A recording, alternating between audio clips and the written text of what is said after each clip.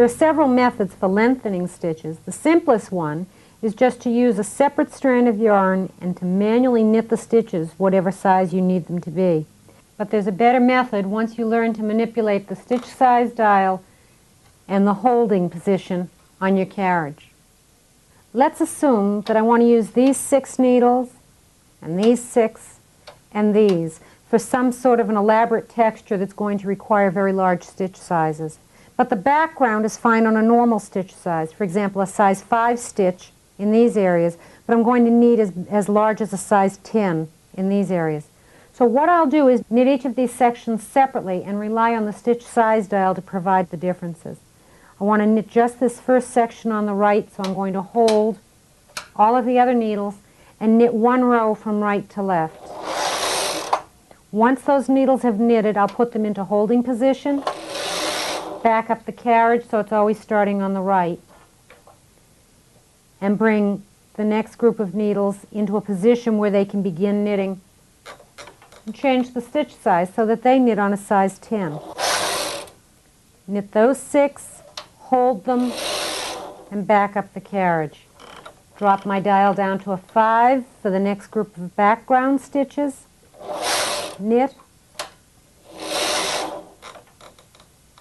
back to the 10 for the next group of pattern or texture needles. Needless to say, when you use bridging for whatever purposes, make sure you turn off your row counter first, because by the time the carriage has finished working from the right edge all the way to the left, every needle in this bed will have knitted only 1 row.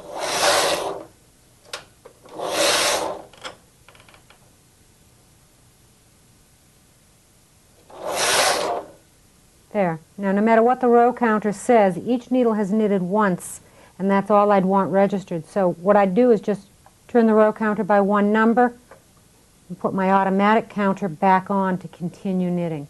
This is important because otherwise the numbers on here are going to lie to you. You'll think you've knitted much, much more than you actually have. Now I would cross my cables or twist my stitches or wrap them, whatever I needed to do, and continue knitting. The enlarged stitches are easy to spot against the plain background. If I needed to manipulate them, they would be a lot easier to handle than the size 5 stitches that the carriage formed. If they're not large enough, we can form truly giant stitches by combining hand knitting with the bridging technique. Once again, if I wanted these 6 needles to form larger stitches than the background areas,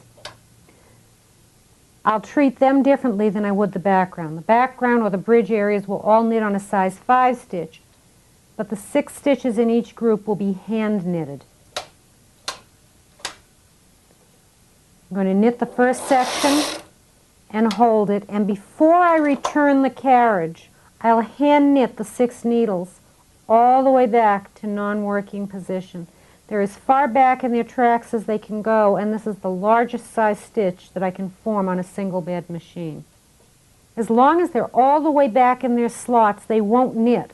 They're being held just as they would be if they were in the front position on the bed.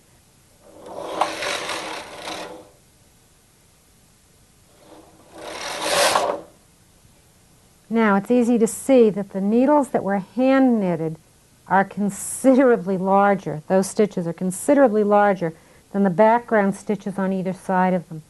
When you bring needles forward, holding stitches that large, make sure you keep some tension on the knitting so that the stitches don't jump up in the hooks of the needles.